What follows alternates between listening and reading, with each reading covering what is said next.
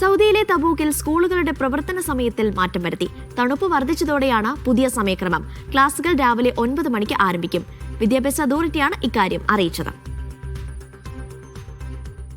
Tabuk മേഖലയിൽ കഠിനമായ തണുപ്പ് തുടരുന്ന സാഹചര്യത്തിലാണ് സ്കൂൾ പ്രവൃത്തി സമയത്തിൽ മാറ്റം വരുത്തിയത്.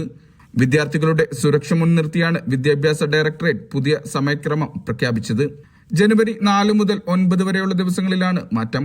പുതിയ അറിയിപ്പ് പ്രകാരം ക്ലാസുകൾ രാവിലെ 9 മണിക്കും പരീക്ഷകൾ 10 മണിക്കുമാണ് ആരംഭിക്കുക. തബൂക്കിലും പരിസര പ്രദേശങ്ങളിലും താപനില 4 ഡിഗ്രി സെൽഷ്യസ് വരെ താഴ്ന്നിരുന്നു. വരും ദിവസങ്ങളിൽ തണുപ്പ് ഇനിയും വർദ്ധിക്കുമെന്ന കാലാവസ്ഥാ നിരീക്ഷണ കേന്ദ്രത്തിന്റെ മുന്നറിയിപ്പ് പരിഗണിച്ചാണ് തീരുമാനം. സക്കാക്കയെ കഴിഞ്ഞാൽ രാജ്യത്തെ ഏറ്റവും തണുപ്പേറിയ പ്രദേശമായി തബൂക്ക് മാറി.